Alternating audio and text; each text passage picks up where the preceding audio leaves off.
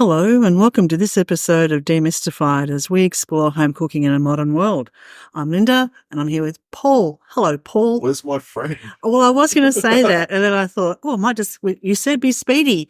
So I'm economizing. How are you going? I'm okay. How are you? Yeah, very good.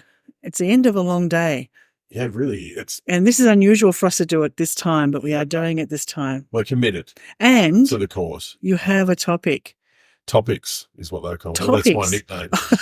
Topics. Is it? It's not what I'd heard on the... Anyway. Well, and to be fair, and don't take this the wrong way, but I think this is a subject that you will have some experience in, that may have quite a bit of skill in, some history in.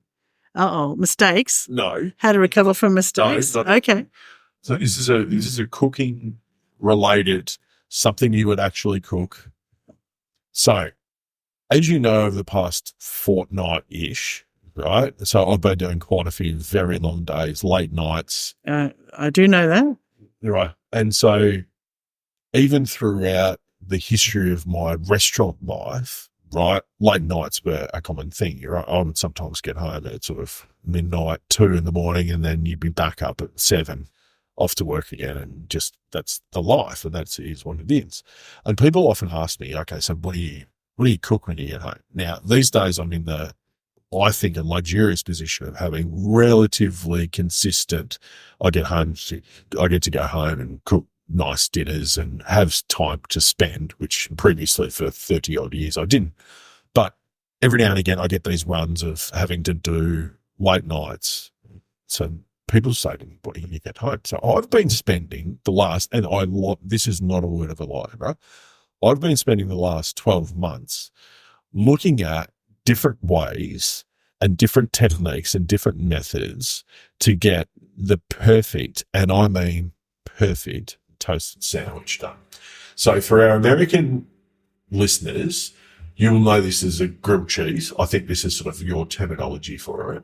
And it's not so much about the filling, right? It's actually how you get to the end result of having something like super melty, cheesy, delicious, super crusty, crispy, all sorts of different brands, all sorts of different techniques. We know, like when we were kids, what they were called jaffles, right? Yes. And we had a round jaffle maker that would go over the fire. As did we. Right. Mm-hmm. And now you get and they're not a sandwich press. Sandwich press is different. No, it's not. And now you get jaffle makers, which you can put up to sort of 4 sort of standard sandwich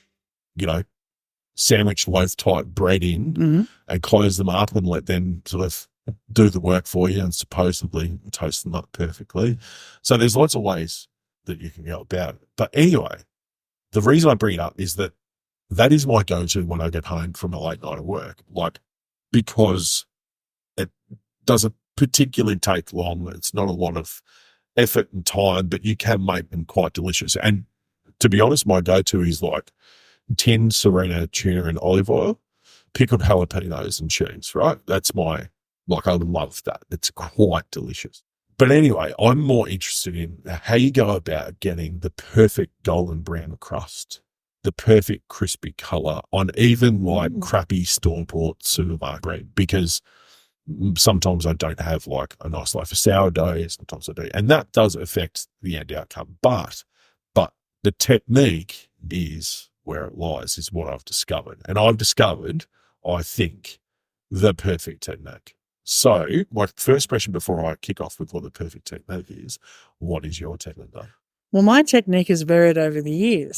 See? I knew you would have some insight and input to join in on this actual cooking episode of Demystified. Paul, when do I not have an opinion about something? Opinions, yeah, okay. Yes, but my technique when I was young, and sometimes our round jaffle iron was not practical because we had, when I was a kid, an electric stove.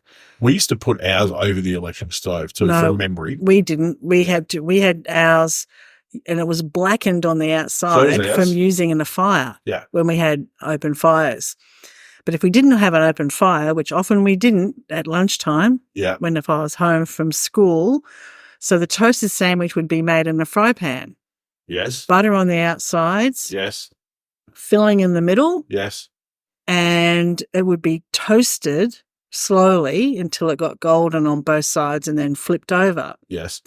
As I matured and had to move out on my own when I was about 18 to go to university, we had a gas stove, so I pilfered the round jaffle maker from home and used it over the gas flame in the shared house that I was living in, and that's how I made them.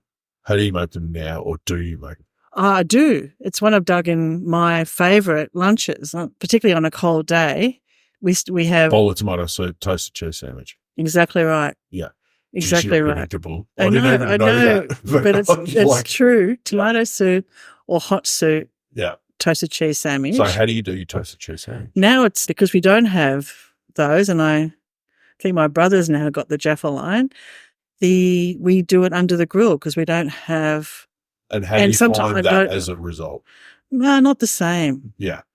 It's not the same. It doesn't get the filling inside as hot as it used to when I fry pan them or I use the Jaffa. Yeah. So, and one of the sort of related things to this is for quite a long period of time, back in the early days of combi steam ovens being brought to market, one of the big things was a toasted sandwich in your combi steam oven. Right? I do remember those cooking demonstrations. Yeah. And I always thought it was, okay, yeah, fine, it's doable, but realistically, it's doable in pretty much any oven. The end results, okay, you might get a bit of variance, but I couldn't see, if I was a customer and I was putting my customer's hat on, I couldn't see how a toasted sandwich is going to convince me to spend $5,000 to $7,000 on an oven, right? It just didn't make sense to me. I think they needed to show more than just that. But different brands, different thoughts, different people, decide what's right for them. But I never sort of really went down that path. Now, I'm not saying it's not valid, right? It's fine. There are potential benefits to doing a toasted sandwich like that, but they are nowhere near, and I've tried it because I, funnily enough, have access to quite a few steam ovens. I've also tried that. Funnily enough, I am nowhere near the end result of what my technique is. And funnily enough, what the funniest thing is that your technique, back when you're at university, is the technique. What? So there is an argument to be had of butter first or after, but nonetheless, if anyone wants to know how to do the perfect grilled cheese, and what I suggest that you do for sheer evenness, if you have induction, it is the best, right? So gas is much harder because with gas, you have a concentrated heat source in the middle of the fry pan, and that temperature right underneath that is going to be different to the outside edges, right? So unless you're doing singular small sandwiches roughly the same size as your gas burner, you are going to get inconsistent results, even turn down nice and low. So induction is the absolute must way to go for this to work, right? So if you have induction, give this a go. The trick also, and maybe, okay, before I get into what the trick is, so when you did your fry pan toasted sandwiches, did you put your fry pan on, turn it on, make the toasted sandwich, put it in the fry pan hot? Sometimes, but most times. University student. Oh, no, this is when I was at home. This is when we had those old-fashioned fry pans that you would plug in, the electric one. Oh, that's not a fry pan. What's that?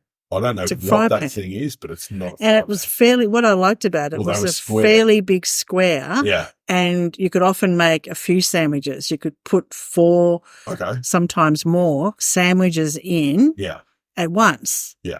You realise that was just an electric heat element. Yes, I do. And it didn't cook. And I do remember it we had to turn them around. Yeah.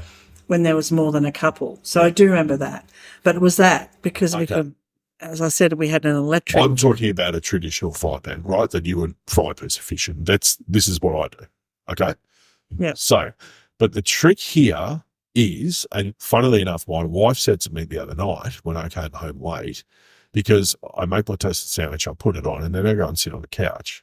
And she's like, I can't believe how patient you are with the toasted sandwich. And I'm like, yes, but here's the thing, right?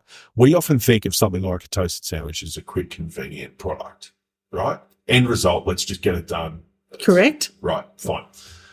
If you take the time to do it as I'm about to tell you to do it, it is so much better.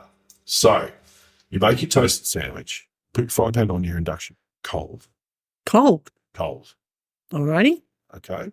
And then I'll hazard a guess, like, let's say most induction cooktops, the majority of them work on a numbered scale, which is an intensity of energy being put into the pan, generally between 1 and, let's say, 9, right? And some have a power boost setting that you can really pump some serious energy into. Now, for it to toast, right, and get super crispy, I still think that you need some sort of fat element, so butter on the outside of your bread. I prefer it, and I've tried both ways, I prefer it to butter first, right? So I make my sandwich and then I butter the top of the sandwich and then I flip it on the cold fry pan, and then I turn my induction cooktop on and I turn it on to setting somewhere around 4 or 5. This is where I'm still, not 100%, but I'm setting 5, right? And then walk away. So I'm with you. I remember going to those demonstrations with the steam oven, thinking, why would I spend that amount of money? Yeah. Something I can make toasted sandwiches where I'm pretty happy with the old way I did them. Yeah. But I can now see the benefit of buying an induction cooktop to make a toasted sandwich. So induction cooktops do it a lot more than just a toasted sandwich. But they are a staple in all of our families. Everywhere you go, a toasted sandwich. And given that induction cooktops is a general rule, right? Not all, but as a general rule, absolutely, they have, bridge zones or flexible zones that you can put a large rectangular teppanyaki type plate on top of them. In essence, you could do 6 standard bread size, sandwich loaf from the supermarket. You could do 6 toasted sandwiches perfectly if you follow this technique. Right. So setting 5, cold pan, butter side down, and then you butter the other side while the butter side down is down. So you've got an unbuttered side facing you, so you butter that side. And then you give it a good, and I mean a good, 8 to 12 minutes. Oh, wow. Right? Okay. So you're only at a low setting. Now, the thickness of your pan is going to play a part in this because that will also dictate how long it takes the heat to penetrate. But what I found is the slower gradual increase of the temperature makes it crispier, right? Over a period of time, right? Not trying to speed it through, over a period of time. It makes it super crisp. And then once you're satisfied that you've got the nice, perfect golden brown, and when I say crisp, I mean like crispy crisp, golden brown color, flip it, turn it down 1 level. Because the pan's already got heat in it, right? And it's gradually heated up to that point, you need to turn it back down. Makes sense. Right? And then leave it for about half the time that you cook the first side for. Now, it's also important to note that the first side you should have, in this order, butter, bread, cheese, and then whatever ingredients afterwards, right? You need the cheese to heat slowly with the bread and the toast, the bread and the butter and the pan to heat slowly to get the perfect melt without it splitting, okay? While this is sounding all sciencey, I promise you I've spent a year on this, right? Wow. So flip it half the time that you cooked it for on the second side and take it off the heat, cut it, eat it. It will be, I promise you, the best grilled cheese toasted sandwich, whatever you want to call them, you'll ever have. Ever. Okay. That's a challenge. Obviously, bread makes a difference, right? So, but let's not rubbish ourselves and why, right?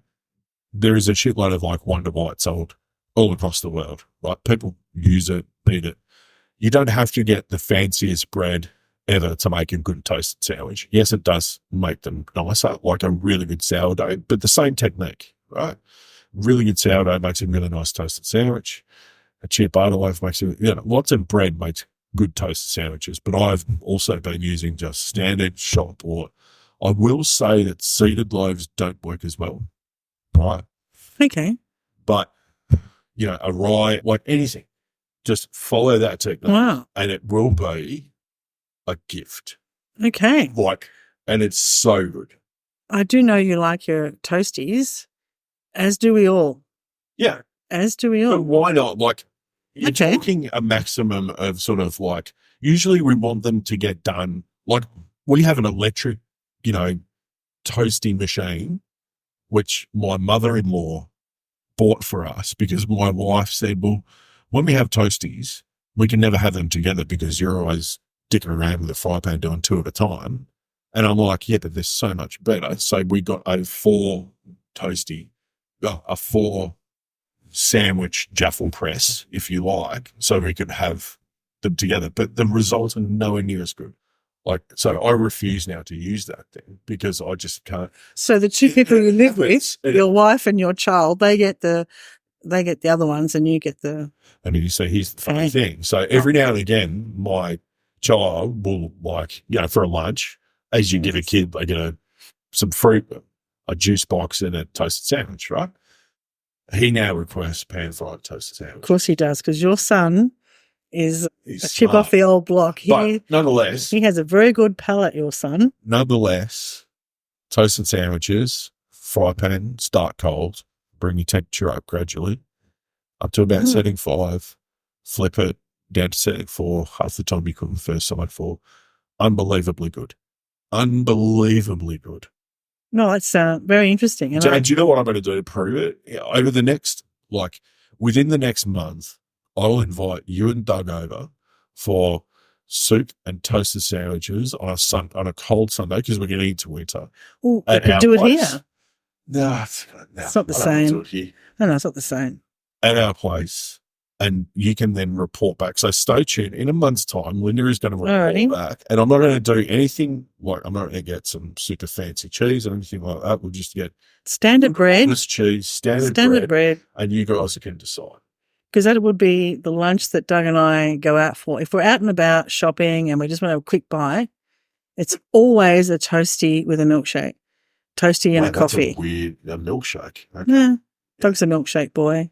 Toasty and a coffee, toasty and a milkshake, but a toasty. Yeah. We don't look for big, heavy meals at lunch. I know. I used to go to a pub called the Drunken Poet, which was down the road from where I used to live. Fantastic little bar.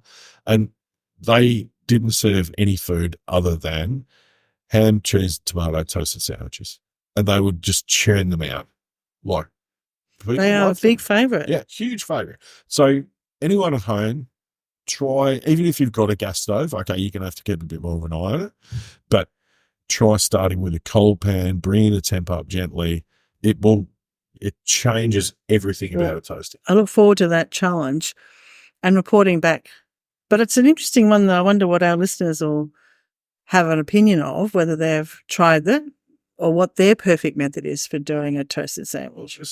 I'd also like to know the fillings, because there's a strong opinion. We have a friend, James, who his favourite filling would be baked beans, tin baked beans or tin spaghetti with Worcestershire sauce on the outside after it's all cooked and the fillings inside heat. It's red soggy. Not when it's all crispy. A little bit, but he loves the taste of it. We all have favourite kind of ways of doing. I'm sorry, James, but that sucks. And my favourite would be cheese and Vegemite or cheese and ham. Yeah, well, cheese and ham's a classic. Cheese and Vegemite, for people overseas, they're not going to understand that. But, yeah, that's delicious. Yep. Yeah, because you get the saltiness. The saltiness and then the, Yeah, that's really good. But, anyway, okay. I'm impressed. I'm impressed with that. I've now come to because it was just the other night that I had a toasty. I went, you know what, I've now got it down pat.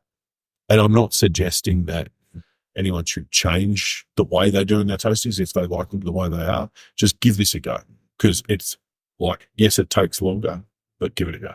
Worth a try. I'm looking forward to being able to do it. Get an induction cooktop at home. Well, this is now a maybe this is how we convince. Maybe we have lunch at yours with you and Em and the little fella. Yeah, and then I can convince my big fella that now's the time to change. Yeah. Let's invest in toasties. Yes. That should be a T-shirt. Anyway, there we go. That was my topic for today. Well, thank you. Yeah. Get into it. Try a toasty like that.